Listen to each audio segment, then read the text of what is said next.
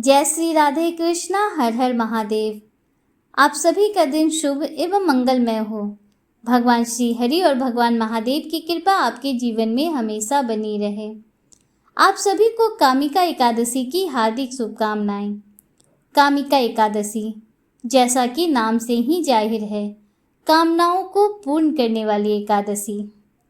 ऐसा कहा जाता है कि इस एकादशी के व्रत करने से व्यक्ति की मनोवांछित कामनाएं की पूर्ति होती है और जाने अनजाने में किए गए सभी पापों का नाश होता है। आइए कामिका एकादशी व्रत कथा प्रारंभ करते हैं। एक समय कुंती पुत्र धर्मराज युधिष्ठिर भगवान श्री कृष्ण से कहने लगे, हे भगवान, आषाढ़ शुक्ल देव शनि एकादशी तथा चातुर्मास महात्म मैंने भली प्रकार से सुना। अब कृपा करके श्रावण मास कृष्ण एकादशी का क्या नाम है, हमें बताइए। श्री कृष्ण भगवान कहने लगे, हे युधिष्ठिर, इस एकादशी की कथा एक समय स्वयं ब्रह्मा जी ने देव ऋषि नारद से कही थी, वही मैं तुमसे कहता हूँ। नारद जी ने ब्रह्मा जी से पूछा था कि हे पितामह, श्रावण मास के कृष्ण पक्ष की एकादशी की कथा सुनने की मेरी इच्छा है। उसका क्या नाम है, क्या विधि है और उसका महात्म्य क्या है, कृपा करके मुझे बताइए। नारद जी के ये वचन सुनकर ब्रह्मा जी ने कहा, हे नारद, लोगों के हितों के लिए तुमने बहुत सुंदर प्रश्न किया है।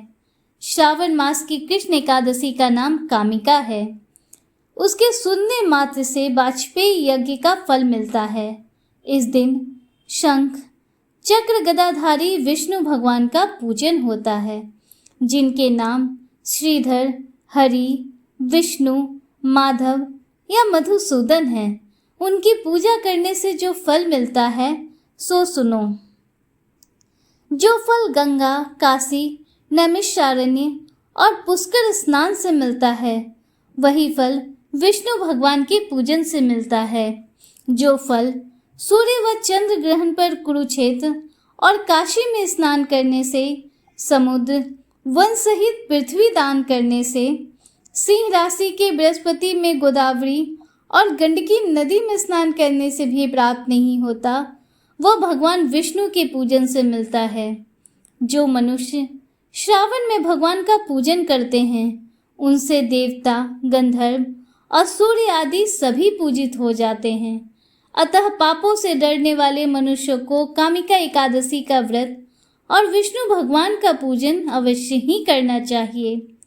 पाप रूपी कीचड़ में फंसे हुए और संसार रूपी समुद्र में डूबे मनुष्यों के लिए इस एकादशी का व्रत और भगवान विष्णु का पूजन अत्यंत आवश्यक है। इससे बढ़कर पापों के नाश का कोई उपाय नहीं है। हे नारद, स्वयं भगवान ने यही कहा था कि कामिका व्रत से जीव कुयोनि को प्राप्त नहीं होता। जो मनुष्य इस एकादशी के दिन भक्ति पूर्वक तुलसी दल भगवान विष्णु को अर्पण करते हैं, वे इस संसार के समस्त पापों से दूर रहते हैं। विष्णु भगवान रत्न, मोती, मणि तथा आभूषण आदि से इतने प्रसन्न नहीं होते जितने तुलसी दल से। तुलसी दल पूजन का फल 4 भार चांदी और 1 भार स्वर्ण के दान के बराबर होता है। हे नारद, मैं स्वयं भगवान की अति प्रिय तुलसी को सदैव नमस्कार करता हूँ।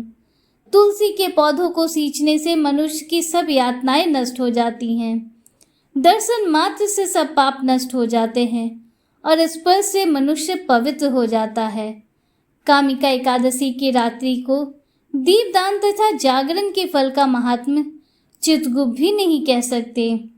जो इस एकादशी की रात्रि को भगवान के मंदिर में दीपक जलाते हैं, उनके पितृ स्वर्ग लोक में अमृत पान करते हैं तथा जो घी या तेल का दीपक जलाते हैं, वे 100 करोड़ दीपकों से प्रकाशित होकर सूर्य लोक को जाते हैं। ब्रह्मा जी कहते हैं, हे नारद, ब्रह्म हत्या तथा भ्रूण हत्या आदि पापों को नष्ट करने वाली इस कामिका एकादशी का व्रत मनुष्य को यत्न के साथ करना चाहिए। कामिका एकादशी के व्रत का महात्म्य श्रद्धा से सुनने और पढ़ने वाला मनुष्य सभी पापों से मुक्त होकर विष्णु लोक को जाता है। और अब सुनो कामिका एकादशी की व्रत कथा। एक समय की बात है, एक गांव में एक क्षत्रिय रहता था। वह अपने आप पर बहुत गर्व करता था, खासकर अपनी शक्ति और बल पर उसे बहुत अभिमान था। क्षत्रिय भगवान को बहुत मानता था, लेकिन उसके मन में घमंड था। वह हर दिन भगवान विष्णु की पूजा करता और उनकी उपासना में लीन रहता था। एक दिन वह किसी महत्वपूर्ण कार्य के लिए घर से बाहर यात्रा पर निकला। रास्ते में उसकी मुलाकात एक ब्राह्मण से हो गई। दोनों में किसी बात को लेकर झगड़ा हो गया। झगड़ा इतना बढ़ गया कि बात हाथापाई तक आ पहुंची। क्षत्रिय बहुत बलवान था, इसलिए ब्राह्मण अपनी दुर्बलता के कारण क्षत्रिय के वार को सहन नहीं कर पाया और वहीं गिर गया और तुरंत ही उसकी मृत्यु हो गई। ब्राह्मण की मृत्यु से क्षत्रिय हक्का बक्का रह गया। उसे अपनी गलती का एहसास हुआ और वह बहुत पछताया। ये बात पूरे गांव में आग की तरह फैल गई। क्षत्रिय युवक ने गांव वालों से क्षमा याचना की और ब्राह्मण का अंतिम संस्कार खुद करने का वचन दिया। लेकिन पंडितों ने अंतिम क्रिया में शामिल होने से इनकार कर दिया। तब उसने ज्ञानी पंडितों से अपने पाप को जानना चाहा, तो पंडितों ने उसे बताया कि उसे ब्रह्म हत्या दोष लग चुका है, इसलिए हम अंतिम क्रिया के ब्राह्मण भोज में आपके घर भोजन नहीं कर सकते हैं। यह सुनकर क्षत्रिय ने ब्रह्म हत्या दोष के प्रायश्चित का उपाय पूछा। तब पंडितों ने कहा कि जब तक वह सावन मास के कृष्ण पक्ष की एकादशी तिथि को विधि पूर्वक भगवान विष्णु की पूजा नहीं करता और ब्राह्मणों को भोजन नहीं कराता और दान दक्षिणा नहीं देता, तब तक वह ब्रह्म हत्या दोष से मुक्त नहीं हो सकता है। क्षत्रिय ने ब्राह्मण के अंतिम संस्कार के बाद पंडितों की सलाह मानते हुए कामिका एकादशी के दिन पूरी श्रद्धा और विधि के अनुसार भगवान विष्णु की पूजा की। फिर उसने ब्राह्मणों को भोजन कराया और दान दक्षिणा भी दी। इस तरह भगवान विष्णु की कृपा से वह क्षत्रिय ब्रह्म हत्या दोष से मुक्त हुआ। प्रेम से बोलिए भगवान श्री हरि विष्णु की जय। दोस्तों, कामिका एकादशी की व्रत कथा समाप्त हुई। उम्मीद है आपको व्रत कथा पसंद आई होगी और वीडियो आपको अच्छी लगी होगी। अगर वीडियो आपको थोड़ी सी भी अच्छी लगी हो तो वीडियो को लाइक कीजिए, दूसरों के साथ शेयर कीजिए, कमेंट में हर हर महादेव, जय श्री राधे कृष्णा जरूर लिखिए।